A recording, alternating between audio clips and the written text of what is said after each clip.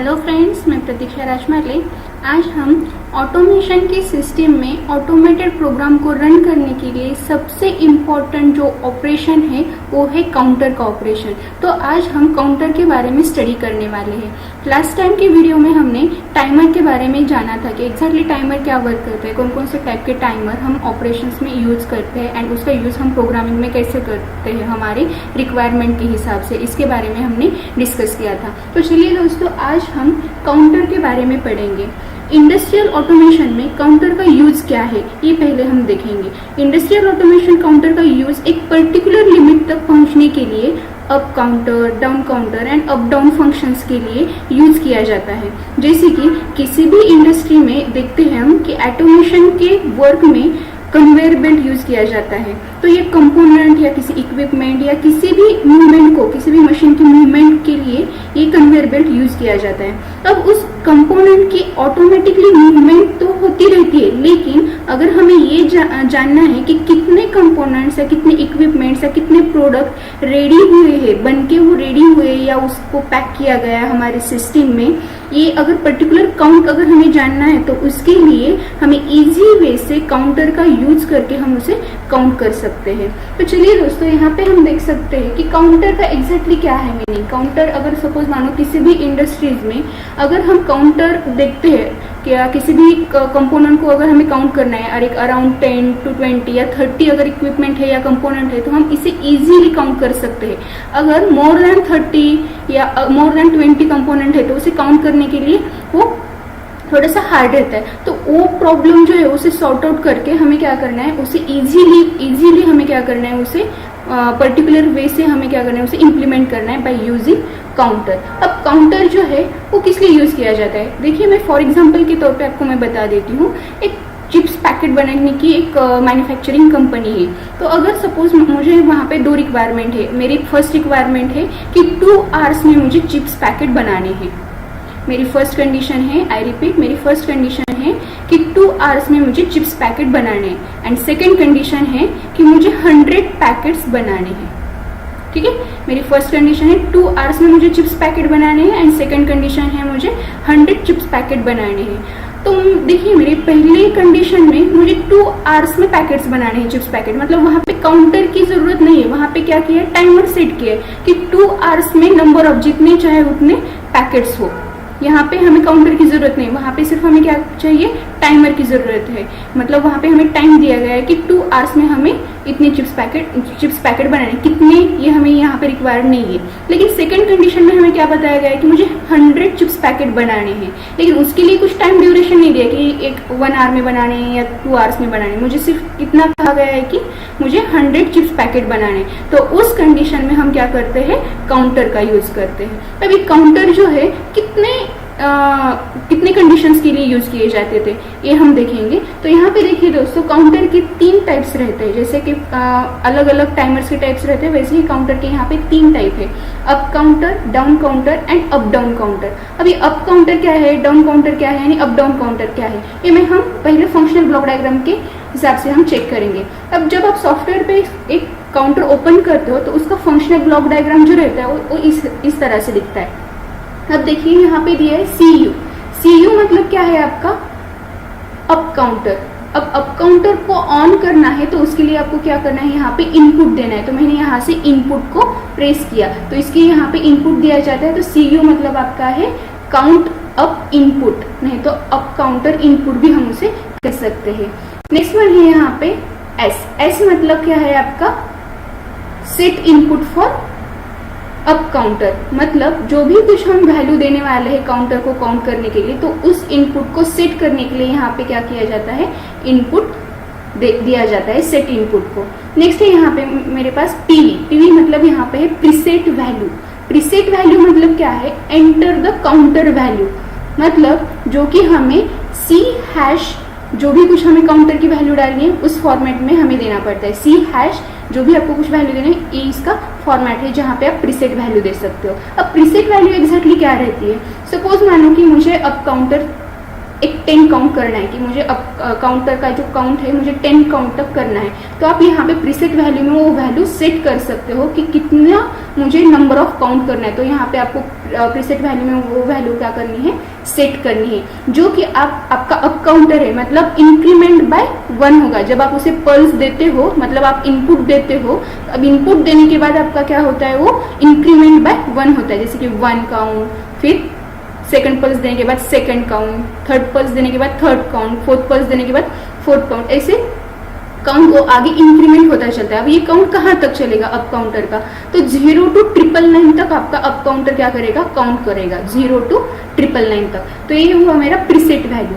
Next है यहाँ पे रिसेट, आर मतलब रिसेट इनपुट। रिसेट इनपुट मतलब जो भी कुछ काउंटर की वैल्यू है हमने प्रीसेट वैल्यू में सेट किए, एंड अगर उसके दौरान अगर आपको कुछ वैल्यू को रिसेट करना है या काउंटर की वैल्यू को रिसेट करना है, इनपुट आपको रिसेट करना है, तो आप यहाँ से रिसेट को आप इनपुट दे के भी उस वैल्यू को क्या कर सकते हैं, रिसेट कर सकते हैं। नेक्स्ट है मेरा यहाँ पे क्यू। क्यू मतलब आपका क्या है, यहाँ पे आउटपुट। ये आपका आउटपुट, जो भी कुछ आपको आउटपुट कनेक्ट करना है तो यहाँ से आप क्यू को कर सकते हो, मतलब status of the counter output, status of the counter, यहाँ पे आप एक आउटपुट कनेक्ट कर सकते हो। नेक्स्ट है यहाँ पे सीवी। सीवी मतलब आपकी करंट वैल्यू, काउंटर की करंट वैल्यू, मतलब जब आप इनपुट प्रेस करते हो तब आपका काउंटर ऑन होता है। ऑन होने के बाद जब आप इनपुट को प्रेस करते हो, सेट वैल्यू को ऑन करते हो, तब आपका 1 पल्स जनरेट होता है, मतलब आपका एक काउंट होता है। फिर से सेकंड काउंट देते हो तो सेकंड काउंट होता है, थर्ड देते हो तो थर्ड काउंट होता है।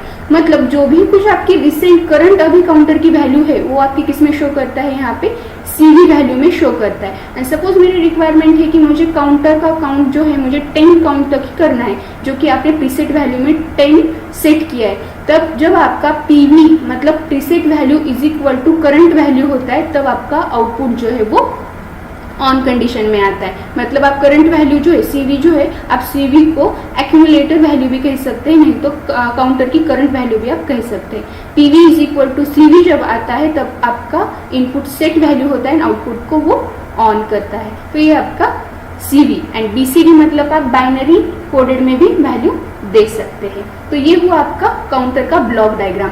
एंड सेकेंड वन थिंग, जैसे टाइमर को हम टैग देते थे, जैसे इनपुट को हम टैग देते हैं I0.0, टाइमर को टैग देते थे T0, T1, T2, उसी टाइप में आपको काउंटर को भी टैग देना है C0 to, आपको इतना, जैसे काउंटर टाइमर्स रहते हैं, टोटल आपके काउंटर्स कितने रहते हैं, 256 टाइमर्स रहते हैं, वैसे ही काउंटर आपके 256 रहते हैं।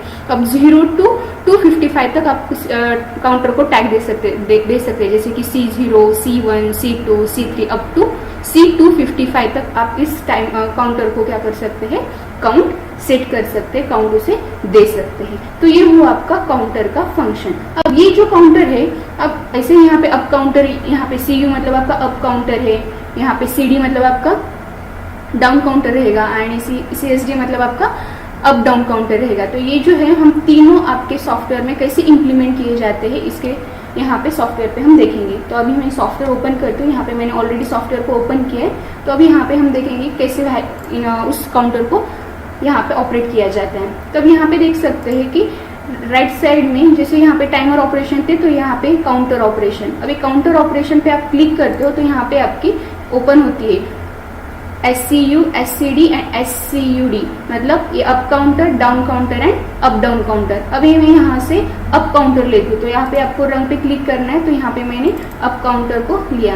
अब देखिए यहाँ पे जैसे हम टाइमर को टैग देते थे, वैसे ही आपको यहाँ पे काउंटर को टैग देना है। कौन सा, C0 to C255 तक आप कोई भी वैल्यू दे सकते हो। सपोज मैंने यहाँ पे दिया C0, तो ये हुआ मेरा काउंटर का टैग।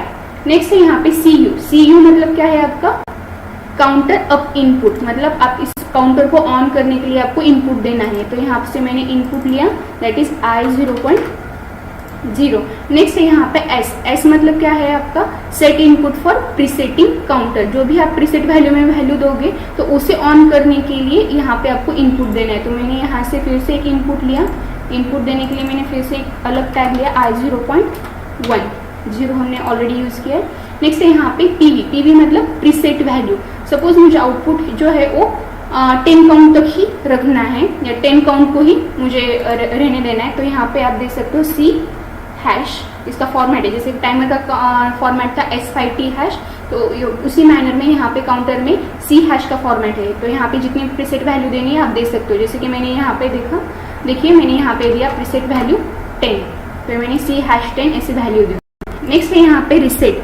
अगर आपको रिसेट करना है तो आप यहाँ से रिसेट का भी इनपुट दे सकते हैं। मैंने यहाँ से रिसेट का इनपुट लिया I0.2, ये हुआ मेरा रिसेट का इनपुट। अब जो भी कुछ आपकी प्रीसेट वैल्यू आपने सेट की है, हमारा काउंटर कब ऑन करने वाला है, that is PV is equal to CV। जब आपका PV is equal to CV होगा तभी आपका आउटपुट क्या होने वाला है, ऑन होने वाला है। तो आपको वैल्यू सेट करने के लिए या वैल्यू स्टोर करने के लिए यहाँ पे CV में, that is the current value या एक्यूमुलेटर में हमें क्या करना पड़ता है, उस वैल्यू को स्टोर करने के लिए यहाँ पे मैं यहाँ पे रजिस्टर यूज करूंगी। रजिस्टर आप रजिस्टर बिट यूज कर सकते हो, चाहे वो इंटीजर हो। सपोज मैं यहाँ पे एक वर्ड मेमोरी यूज करती हूँ, यहाँ पे मैंने दिया MW0 क्योंकि हमारा काउंटर जो 16 बिट का है, दैट्स वाई मैंने यहाँ पे वर्ड मेमोरी यूज की MW0। मतलब जो भी कुछ आपने यहाँ पे प्रीसेट वैल्यू सेट की है तब के लिए आपका आउटपुट जो है ऑन रहेगा। लेकिन आपका आउटपुट कब ऑन होगा, that is preset value is equal to accumulator value. अब ये जो करंट वैल्यू है, तो आपकी जो भी कुछ करंट वैल्यू हो गई आपकी यहाँ पे करंट वैल्यू में वो शो होगी। तो यहाँ से मैं फिर से इसे सेव करती हूँ, कंपाइल करती हूँ एंड डाउनलोड करती हूँ। अब देखिए मेरा यहाँ पे आउटपुट कैसे रन होता है।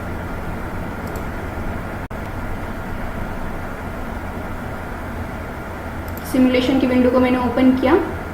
ओपन करने के बाद जैसे हम यहाँ पे कल टाइमर का वेरिएबल ऐड करते थे, वैसे ही आपको इंसर्ट में जाके यहाँ पे काउंटर का भी आप ऐड कर सकते हो। नहीं तो ज़रूरत भी नहीं है, आपके हिसाब से जैसे चाहो वैसे कर सकते हो। सपोज मैंने यहाँ से BCD लिया,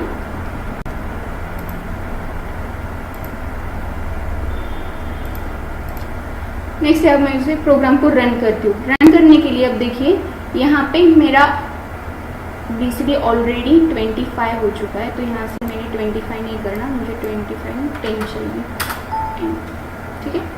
अब देखिए मेरा यहाँ पे रिसेट किया मैंने। अब यहाँ पे मेरा इनपुट जो है काउंटर को ऑन करने के लिए कितना है, I0.0। जब मैं I0.0 प्रेस करती हूँ तब मेरा आउटपुट ऑन हुआ एंड मेरा यहाँ पे फर्स्ट काउंट आया। आप यहाँ पे काउंटर के वेरिएबल में भी देख सकते हैं मेरा फर्स्ट काउंट हुआ। अब मैं इसे रिलीज करती हूँ, मतलब फर्स्ट पल्स देने के बाद मेरा फर्स्ट काउंट हुआ। अब मुझे फिर से इस इनपुट को प्रेस करना है। कौन से इनपुट को, मेरा ऑलरेडी काउंटर तो ऑन हुआ है। अब मुझे क्या करना है, इनपुट को यहाँ पे सेकंड प्रेस करना है। तब देखिए मेरा सेकंड हुआ, फिर से मेरा थर्ड, ये फोर्थ। अब देखिए ऐसे आप इस कंडीशन में इसके क्या कर सकते हो, ऑन ऑफ कर सकते हो। अब यहाँ पे मैंने सेट किया कितनी, प्रीसेट वैल्यू 10 सेट की है। अगर आप डायरेक्टली I0.1 प्रेस करते हो तो आपकी डायरेक्टली वो प्रीसेट वैल्यू मतलब कितना, उसके आगे की, मतलब इंक्रीमेंट बाय 1 से वो बीट लेगा। जैसे कि यहाँ पे 10 ही मतलब प्रीसेट वैल्यू मैंने 10 सेट किया है, तो आपका जब आप इनपुट को प्रेस करते हो सेट इनपुट को, तब आपका वो वैल्यू कितना शो करेगा, 11 काउंट आपका शो करेगा। अब देखिए मैं यहाँ पे प्रीसेट का इनपुट मतलब यहाँ पे सेट इनपुट सेट ऑन किया, तब आपका यहाँ पे काउंट कितना आया, 11, क्योंकि हमने यहाँ पे प्रीसेट वैल्यू कितनी सेट की थी, 10। एंड हमारा काउंटर कौन सा है, अप काउंटर है। अप काउंटर का फंक्शन है इंक्रीमेंट बाय द 1। तो अगर आप 1 बाय 1 करना चाहते हो तो ये I0.0 का इनपुट प्रेस करके आप सिक्वेंशियल मैनर में कर सकते हो। एंड अगर आपको प्रीसेट वैल्यू से ज़्यादा का काउंट चाहिए तो प्रीसेट वैल्यू को सेट करने के लिए आपको ये सेट वाले इनपुट को प्रेस करना पड़ेगा, ताकि वो इंक्रीमेंट बाय 1 करके आगे के इनपुट को वो ऑन करेगा, आगे के इनपुट को वो काउंट करेगा। अब ये जो आपका काउंट है वो कितने देर तक चलेगा या आगे कितना काउंट करता है, क्योंकि मेरा काउंटर जो है अप काउंटर है, तो आपका जो ये अप काउंटर है वो आपका 0 to 999 तक काउंट करता है। मतलब आप 0 to 999 तक जितने भी आप पल्स दोगे तो आप 999 टाइप आप कितने प्रेस कर सकते हो, नंबर ऑफ 999 तक आप ये प्रेस करके पल्स देके आप टाइमर को ऑन रख सकते हो। तो ये है हमारा up counter. And almost industries में अगर देखा जाए तो as compare to down counter PLC में अप काउंटर का यूज ज़्यादा किया जाता है दोस्तों। तो ये जो है आपको अप काउंटर का फंक्शन जो है वो याद रखना है। तो ये हुआ मेरा अप काउंटर। अब मैं इसे स्टॉप करती हूँ, फिर से हम देखेंगे डाउन काउंटर। अब डाउन काउंटर का फंक्शन क्या है, opposite to the up counter. जैसे अप काउंटर में क्या होता था, इंक्रीमेंट बाय 1 वैल्यू होती थी।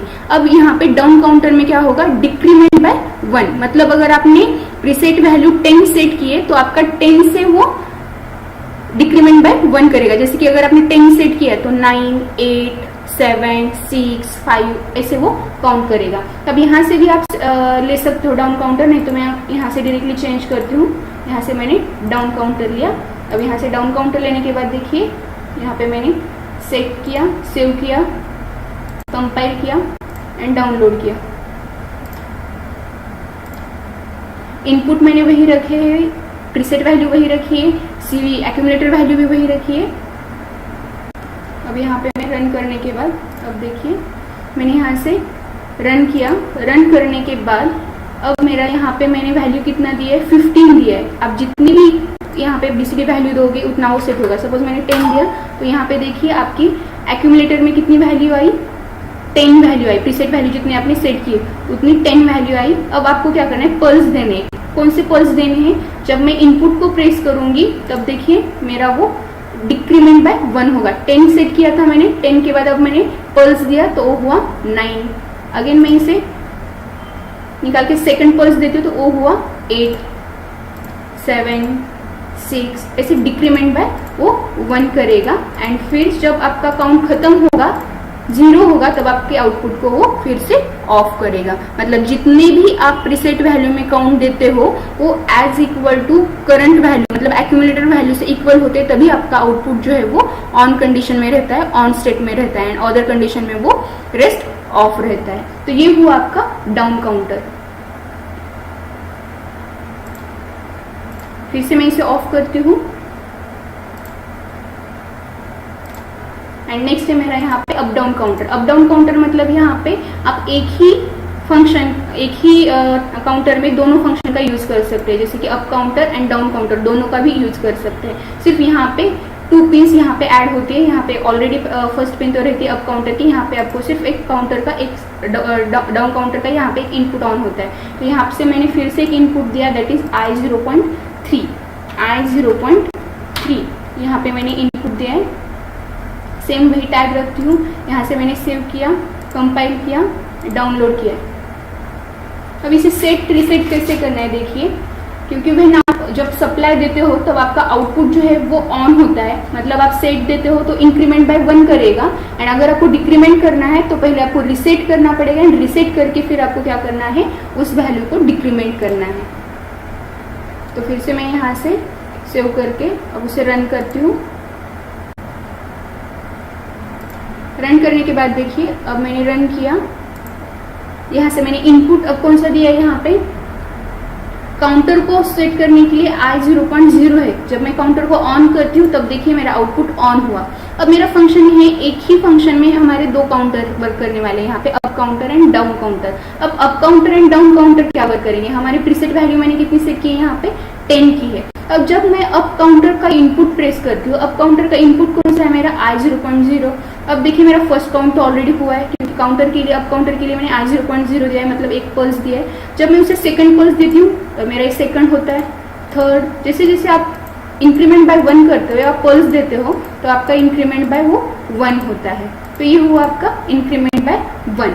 एंड अगर बीच में ही आपने रिसेट किया या रिसेट ना करके आप डायरेक्टली डाउन काउंटर का यूज करते हो, डाउन काउंटर के लिए मैंने कौन सा इनपुट दिया है, I0.3। जब मैं I0.3 प्रेस करती हूँ तो आपका डिक्रीमेंट बाय 1 होगा। दैट इज, ये देखिए मैंने प्रेस किया तो आपका 9 काउंट था, 9 पल्स था, तब वो क्या हुआ, 8 हुआ। फिर से दिया, 7 हुआ, 6 हुआ, 5, ऐसे आप डिक्रीमेंट बाय 1 कर सकते हो। एंड रिसेट अगर बीच में ही किया आपने, रिसेट के लिए क्या है मेरा यहाँ पे, रिसेट के लिए यहाँ पे I0.2, I0 दिया तो फिर से वो 0 हो जाएगा, एंड आउटपुट को वो फिर से ऑफ कंडीशन में लाएगा, मतलब पूरा ऑफ करेगा। तो ये हुआ मेरा यहाँ पे रिसेट का फंक्शन। एंड सेट इनपुट का जो है, आप रिसेट वैल्यू को सेट करने के लिए I0.1 का यूज कर सकते हो। जैसे कि फिर से मैंने यहाँ पे इनपुट को टैग दिया, मेरा एक काउंटर ऑन हुआ, एंड अगर मैंने यहाँ पे इनपुट को सेट किया, प्रीसेट वैल्यू को इनपुट को सेट किया, मतलब I0.1 को ऑन किया, तब आपकी जो प्रीसेट वैल्यू है उससे इंक्रीमेंट बाय 1 करेगा। मतलब प्रीसेट वैल्यू में मेरा कितना काउंट है, 10 काउंट है, एंड अगर मैं प्रीसेट वैल्यू के इनपुट को प्रेस करती हूँ तो मेरा इंक्रीमेंट बाय 1 होगा, मतलब मेरा काउंट कितना होगा, उसके आगे 1, मतलब 11 काउंट होगा। जैसे कि अब मैं यहाँ पे प्रेस करती हूँ I0.1, अगर मैं I0.1 प्रेस करती हूँ तो देखिए मेरा काउंट होता है 11, हुआ मेरा 11 काउंट। अगर उससे आपको इंक्रीमेंट करना है तो फिर से आपको क्या करने होंगे, पल्स देने होंगे। देखिए मेरा ऑलमोस्ट ये पल्स यहाँ पे इंक्रीमेंट बाय 1 होगा। अभी इंक्रीमेंट कब तक करेगा, तो 0 to 999 तक आपका काउंटर क्या करता है, इंक्रीमेंट करता है। एंड आपको डिक्रीमेंट करना है तो आप यहाँ से ऐसे डिक्रीमेंट के लिए फिर से यहाँ पे इनपुट है I0.3 करते होते देखिए मेरा यहाँ पे एक डिक्रीमेंट होता है, यहाँ पे मेरा एक डिक्रीमेंट होगा 1 by 1, यहाँ पे आप डिक्रीमेंट कर सकते हो। तो ये हुआ मेरा यहाँ पे, फिर से अगर मैं रिसेट कर दूँ तो ये हुआ मेरा रिसेट, मतलब पूरा ऑफ होगा। तो ये हुआ दोस्तों मेरा अप डाउन काउंटर। यहाँ पे आज हमने up counter, down counter and up down counter का एक्चुअल वर्किंग कैसे होता है इसके बारे में यहाँ पे पढ़ा था। लेकिन आपको यहाँ पे क्वेश्चन आया होगा कि ये अप डाउन काउंटर तो वर्क करता है, लेकिन अगर हमें एक स्पेसिफिक लिमिट को या स्पेसिफिक किसी काउंट को ही आउटपुट को ऑन करना है, क्योंकि हर एक कंडीशन में यहाँ पे आउटपुट ऑन ही है, लेकिन हमें ऐसे चाहिए कि स्पेसिफिक एक काउंट को ही मुझे आउटपुट को ऑन करना है, तो ये कंडीशन यहाँ पे कैसे अप्लाई करनी है, ये आपको क्वेश्चन आया होगा दोस्तों, ये यहाँ पे काउंटर पे वर्क करते हुए। तो ये स्पेसिफिक फंक्शन काम करने के लिए आपको काउंटर के साथ कंपैरेटर का यूज करना पड़ता है। तो हम स्पेसिफिक काउंट के लिए आपको आउटपुट को ऑन करना है या स्पेसिफिक काउंट तक आपको आउटपुट को ऑफ करना है, तो उस कंडीशन के लिए हम काउंटर के साथ कंपैरेटर यूज करेंगे, जो कि हम नेक्स्ट वीडियो में कंपैरेटर के ऊपर स्टडी करेंगे।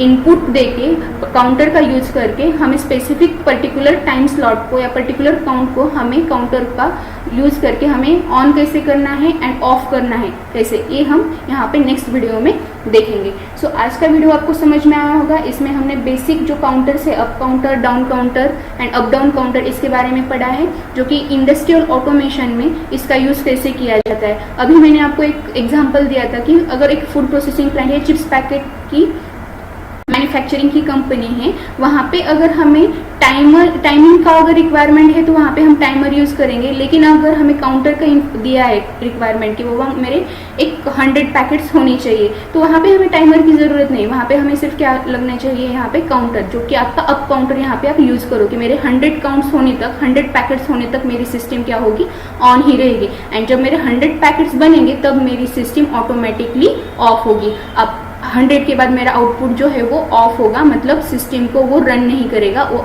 ऑटोमेटिकली क्या होगा, ऑफ होगा। तो ये जो रिक्वायरमेंट है वो आप काउंटर का यूज करके कर सकते हो। ऐसे अलग अलग प्रोग्राम है, मैं आपको एग्जांपल के लिए फिर से आपको, जब आपका काउंटर का एग्जांपल्स होगा या काउंटर को मैं आपको इन्फॉर्मेशन प्रोवाइड करूंगी, काउंटर के साथ कंपैरेटर कैसे यूज किए जाते हैं इसके बारे में अगर आपकी प्रैक्टिस हुई तो आपको इसके लिए मैं एग्जांपल के असाइनमेंट्स भी मैं शेयर करूंगी, जिसका यूज करके आप प्रैक्टिस कर सकते हो एंड आपके डाउट भी क्लैरिफाई हो जाएंगे।